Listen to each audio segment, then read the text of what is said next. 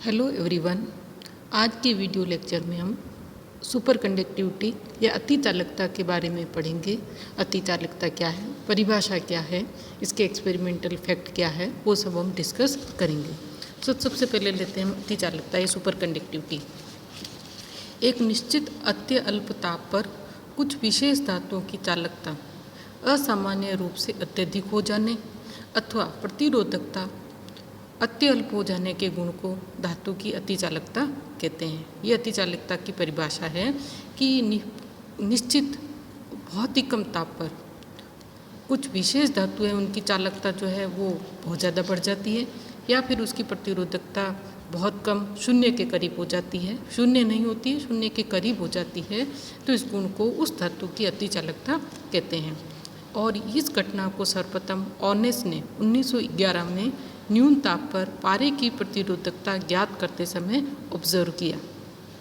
According to him 4.3 kelvin ताप तक पारे का प्रतिरोध रैखिक रूप से कम होता है, अर्थात it behaves like a normal metal, but after that its resistance reduces from 0.084 ohm to 3 × 10⁻⁶ ohm. अर्थात ये जो ताप की रेंज है 0.05 केल्विन, इस रेंज में जो परिवर्तन अगर हम करते हैं तो ये जो सामान्य धातु से संक्रमण अतिचालक अवस्था में हो जाता है। Thus according him super conductors are the materials which have zero resistivity और इनफाइनाइट कंडक्टिविटी। तो इस प्रकार हम कह सकते हैं कि अति चालकता या सुपर कंडक्टिविटी पदार्थ की वो विशेष अवस्था है जिसमें वो नॉर्मल अवस्था से अति चालक अवस्था में बदल जाता है। सभी पदार्थ ये गुण प्रदर्शित नहीं करते हैं, कुछ विशेष पदार्थ ये गुण प्रदर्शित करते हैं। और अलग अलग पदार्थों के लिए जो ताप है जिस पे वो नॉर्मल से सुपर कंडक्टिंग स्टेट में बदलता है वो अलग अलग होता है। तो ये एक फिगर दिखाया गया है। ये फिगर जो है वो न्यून ताप पर पारे के प्रतिरोध का ताप के साथ परिवर्तन को शो करता है। और इस ग्राफ को देखें तो रेजिस्टेंस वर्सेस टेम्परेचर जो कर्व है तो 0.05 केल्विन रेंज से जो इसकी जो टेम्परेचर में कम करते हैं परिवर्तन होता है, तो जो रजिस्टिविटी है, प्रतिरोधकता है, वो घट करके शून्य की ओर अग्रसर हो जाती है। अब तक 25 एलिमेंट्स अनेक कंपाउंड्स और अलॉयज़ में इस गुण को खोजा जा चुका है। तो ये जो है लो टेम्परेचर फिनोमिना है और इतने कम टेम्परेचर को प्राप्त करना जो एब्सोल्यूट जीरो के करीब, वो बहुत एक कठिन कार्य है। लेकिन फिर भी इसमें खोज चल रही है और कुछ धातुओं के और कुछ जो अलॉयज़ हैं उनके लिए जो है इस फिनोमिना को ऑब्जर्व किया गया है।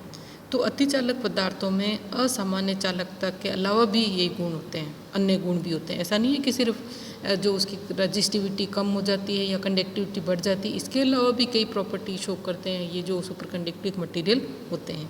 तो इनको सबसे पहले हम तो एक्सपेरिमेंटल फैक्ट को डिस्कस करेंगे और फिर बाद में उनके जो प्रायोगिक तथ्य हैं कि भाई ये जो एक्सपेरिमेंटल रिजल्ट आया इसको एक्सप्लेन कैसे करें वो देंगे। तो अब हम लेते हैं सबसे पहले कि जो सुपर कंडक्टिंग मटीरियल है उसमें क्रिटिकल टेम्परेचर क्या होता है। एक्सपेरिमेंटल फैक्ट को डिस्कस कर रहे हैं। क्रिटिकल टेम्परेचर या क्रांतिक ताप। क्रांतिक ताप वह निश्चित ताप जिससे कम ताप पर पदार्थ को ठंडा करने पर पदार्थ का प्रतिरोध शीघ्रता से अचानक से कम हो जाता है और शून्य की ओर बढ़ता है। अर्थात वह न्यूनतम ताप जिससे कम ताप पर चालकता अचानक से बढ़ जाती है। अर्थात एक टेम्परेचर या एक जिस पे फेज चेंज होता है इससे नीचे तो पदार्थ की जो है चालकता तो बढ़ती है और प्रतिरोधकता घटती है, तो वो ताप क्रांतिक ताप कहलाता है। इस प्रकार क्रांतिक ताप अवस्था परिवर्तन को दर्शाता है। क्रिटिकल टेम्परेचर से अधिक ताप पर पदार्थ सामान्य अवस्था में तथा क्रिटिकल टेम्परेचर से कम ताप पर पदार्थ अतिचालक अवस्था में होता है। तो ये जो क्रिटिकल टेम्परेचर है ये एक फेज ट्रांजिशन पॉइंट होता है normal to super conducting state, और ये सब पदार्थों के लिए अलग अलग होता है। जो भी पदार्थ सुपर कंडक्टिविटी को शो करते हैं ऐसा नहीं है कि उसमें एक पर्टिकुलर टेम्परेचर सबके लिए सेम होता है, नहीं, सब पदार्थों के लिए जो उनका क्रिटिकल टेम्परेचर है वो अलग अलग होता है। है। तो ये सभी न्यून ताप पर ही, लेकिन कुछ पदार्थ जो है जल्दी से सुपर कंडक्टिंग स्टेट में बदल जाते हैं, कुछ बहुत कम ताप पर ही सुपर कंडक्टिंग स्टेट में बदलते हैं। तो ये हर एक पदार्थ का अलग अलग कैरेक्टरिस्टिक है। तो हम कुछ एग्जाम्पल देख लेते हैं इसके। एग्जाम्पल हम लेते हैं जैसे NB के लिए जो TC है, क्रिटिकल टेम्परेचर है, वो 9.2 केल्विन है, ये अधिकतम है। इसी तरह से जिंक के लिए जो क्रिटिकल टेम्परेचर है वो 0.87 केल्विन है। तो हम देखते हैं कि मेटल चेंज होने पर इसमें जो क्रिटिकल टेम्परेचर में उसमें बहुत ज़्यादा डिफरेंस है। इसी तरह एक मिश्र धातु या अलॉय लेते हैं, NB3SN के लिए TC जो है वो 18 केल्विन है, और एक नीचे जो अलॉय है उसके लिए TC 135 केल्विन या माइनस में 140 डिग्री सेंटीग्रेड है। तो ये बहुत न्यून ताप है और ऐसा ताप प्राप्त करना एक बहुत कठिन कार्य है। तो यहाँ पे हमने कुछ ही एग्जाम्पल लिए हैं और आप इनके पूरा एक चार्ट देख सकते हैं जिसमें अलग अलग जो कंपाउंड है या एलिमेंट है या उनके अलॉय है, उनके क्रिटिकल टेम्परेचर क्या क्या होंगे। अब हम लेते हैं इसका जो एक्सपेरिमेंटल फैक्ट को डिस्कस कर रहे हैं सुपर कंडक्टिविटी मटीरियल्स के लिए।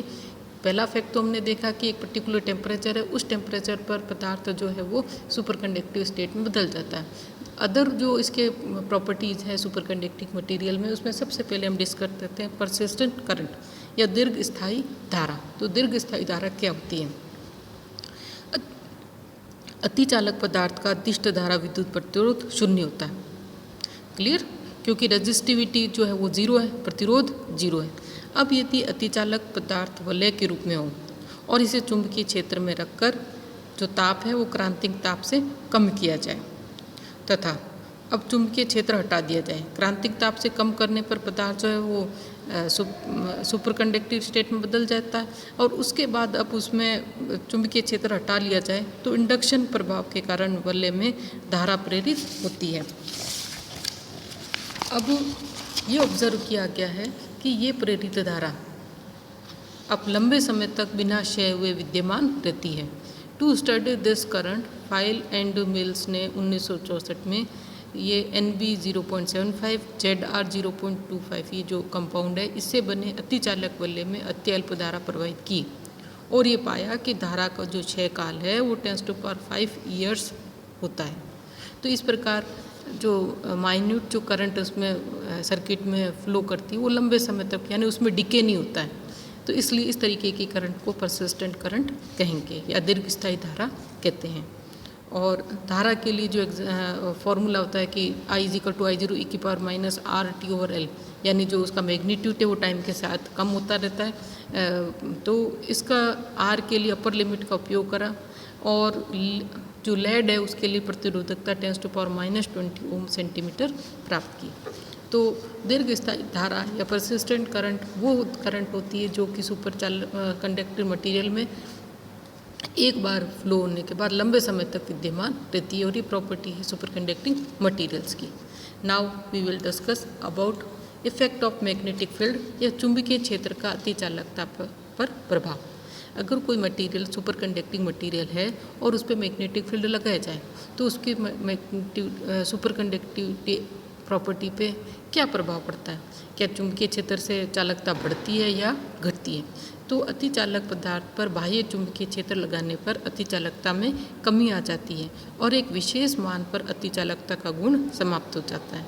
अर्थात निम्न ताप पर पदार्थ यदि अतिचालक अवस्था में है और ताप को वही रखा, उसको ताप को चेंज नहीं करना है, और अब चुंबकीय क्षेत्र आरोपित किया जाए तो चुंबकीय क्षेत्र के विशेष मान पर अतिचालकता का गुण समाप्त हो जाता है, अर्थात पदार्थ सामान्य अवस्था में आ जाता है।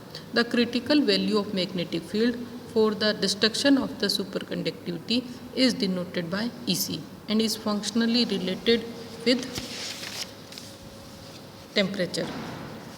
अर्थात अगर कोई पदार्थ अतिचालक अवस्था में है और उस पर चुंबकीय क्षेत्र लगाया जाए तो उसका अतिचालकता का गुण कम होने लगता है। जैसे जैसे चुंबकीय क्षेत्र बढ़ाते जाएंगे तो उसका अतिचालकता का गुण खत्म होता जाएगा, और एक अवस्था ऐसी आ जाएगी जब पूरा ही पदार्थ जो है अतिचालकता का गुण खत्म हो जाएगा और वो सामान्य अवस्था में आ जाता है। तो ये जो मैग्नेटिक फील्ड होता है जिस पर उसका अतिचालकता का गुण पूरी तरीके से समाप्त हो जाता है वो क्रिटिकल मैग्नेटिक फील्ड कहलाता है। या हम इस डायग्राम से देखें ये टेम्परेचर वर्सेस मैग्नेटिक फील्ड जो कर्व है, इससे देखते हैं कि जो मैग्नेटिक फील्ड की टेम्परेचर पर डिपेंडेंस को शो करता है, और इसको एक इक्वेशन के रूप में दर्शाया जा सकता है, B C T is equal to B C zero 1 minus T square over T C square. यहाँ पे B C at T is equal to zero critical field है 0 केल्विन पर, और बी सी जीरो का मान प्रत्येक पदार्थ के लिए एक विशिष्ट मान होगा। इस वक्र की परवलय जो है प्रकृति जो है वो परवलिक या पैराबोलिक है, जैसा कि हमने डायग्राम में देखा। टी बराबर 0 केल्विन जब लेते हैं तो जो क्रिटिकल मैग्नेटिक फील्ड है जिस पे पदार्थ का जो सुपर कंडक्टिविटी का गुण खत्म हो जाता है वो मैक्सिमम होता है, और टी बढ़ाने पर मैग्नेटिक फील्ड का मान भी परवलिक रूप से घटता है। अर्थात अगर हम टेम्परेचर बढ़ाएंगे तो सुपर कंडक्टिव मटेरियल का अतिचालकता का गुण खत्म करने के लिए कम चुंबकीय क्षेत्र की आवश्यकता होगी। अगर हम उसका क्रिटिकल टेम्परेचर पर लेंगे तो उस समय तो वैसे ही उसमें सुपर कंडक्टिविटी का गुण खत्म हो जाता है, तो चुंबकीय क्षेत्र की आवश्यकता ही नहीं होगी। अर्थात जो बी सी चुंबकीय क्षेत्र और टेम्परेचर जो कर्व है, मैं उस ग्राफ से देखें तो जो ऊपर वाला क्षेत्र है जो खुला है वो तो पदार्थ की सामान्य अवस्था को, और वक्र द्वारा घिरा हुआ क्षेत्र अतिचालक अवस्था को बताता है। अतः ये जो कर्व वो ट्रांजिशनल कर्व भी कहलाता है। अब हम देखेंगे मैग्नेटिक फील्ड का इफेक्ट देख लिया।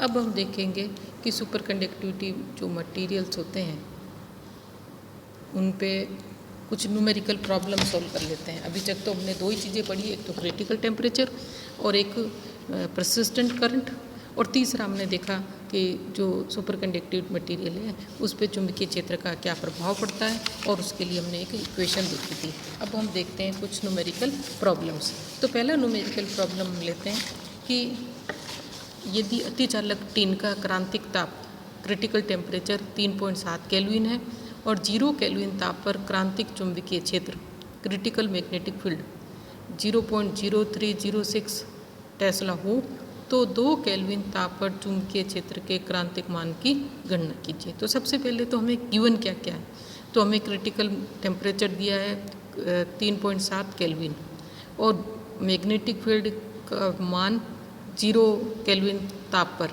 0.0306 tesla, and we have to find BCT यानी क्रिटिकल टेम्परेचर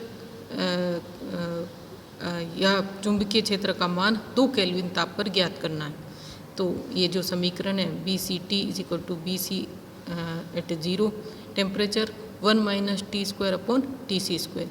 यहाँ पे अपन वैल्यू रख देंगे, तो यहाँ पे 2 केल्विन ताप पर तो हमें ज्ञात करना है, और क्रांतिक ताप जो है वो 3.7 केल्विन है। हल करने पर ये 0.0216 टेस्ला प्राप्त होता है। अर्थात 0 केल्विन ताप पर जो चुंबकीय क्षेत्र था 0.0306 टेस्ला, ये ज़्यादा चुंबकीय क्षेत्र है। इतना चुंबकीय क्षेत्र लगाने पर अतिचालकता का गुण खत्म होगा। लेकिन अगर हम ताप बढ़ा देते हैं 0 केल्विन से कितना हो गया 2 केल्विन, तो अब कम चुंबकीय क्षेत्र लगाने पर ही चुंबकीय जो अतिचालकता का गुण है वो खत्म हो जाएगा। तो अब 2 केल्विन टेम्परेचर पर 0.0216 टेस्ला चुंबकीय क्षेत्र प्राप्त होता है। अर्थात ताप बढ़ाने से क्रांतिक चुंबकीय क्षेत्र का मान घटता है। अर्थात अगर हम ताप एब्सोल्यूट 0 लेते हैं तो उस समय सुपर कंडक्टिविटी को ख़त्म करने के लिए ज़्यादा मैग्नेटिक फील्ड चाहिए, और अब अगर हम ताप बढ़ा देते हैं तो उसी मटेरियल के लिए उसकी सुपर कंडक्टिविटी के गुण को ख़त्म करने के लिए कम चुंबकीय क्षेत्र की आवश्यकता होगी।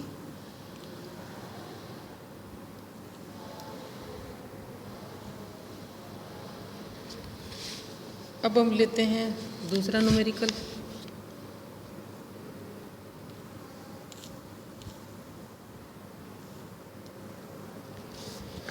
यहाँ पे एक अतिचालक पदार्थ में मिश्र धातु के सैंपल का 13 केल्विन पर चुंबकीय क्षेत्र दिया गया है और 14 केल्विन पर चुंबकीय क्षेत्र दिया गया है, और क्रिटिकल टेम्परेचर की कैलकुलेशन करनी है।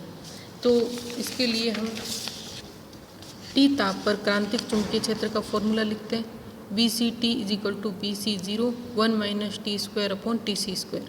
Here T1 is equal to 13 kelvin और BC at T1 4.2 × 10⁵ ampere per metre.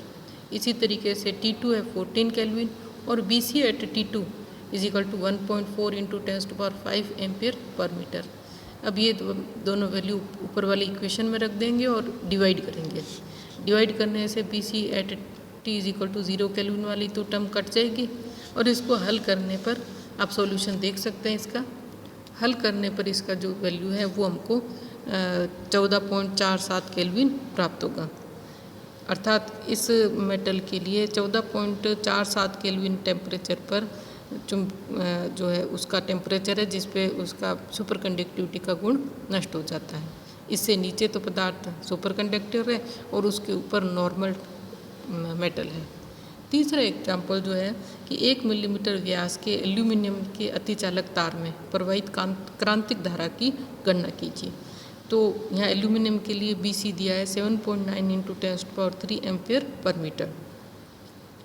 अभी 1 मिलीमीटर व्यास का एल्यूमिनियम का जो सुपर कंडक्टिव वायर दिया गया है तो इसके लिए जो करंट होती है IC is equal to 2πr BC। Current का जो मैग्नीट्यूड है वो मैग्नेटिक फील्ड के कारण करंट जो है वो 2πr BC और R दिया हमें 1/2 इंटू 10⁻³ मीटर। सो IC इसमें वैल्यू रख देंगे 2 इंटू 3.14 इंटू 1/2 इंटू 10⁻³ और BC की वैल्यू गिवन है।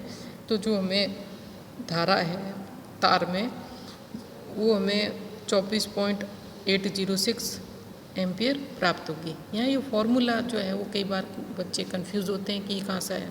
तो जो तार है यहाँ पे उसको माना गया है स्फेरिकल, तो उसकी सतह पर ही तो जो तार है उसका जो एक उसको सर्कमफेरेंस जो है वो 2πr होगी और उसमें जो मैग्नेटिक फील्ड है वो उस BC।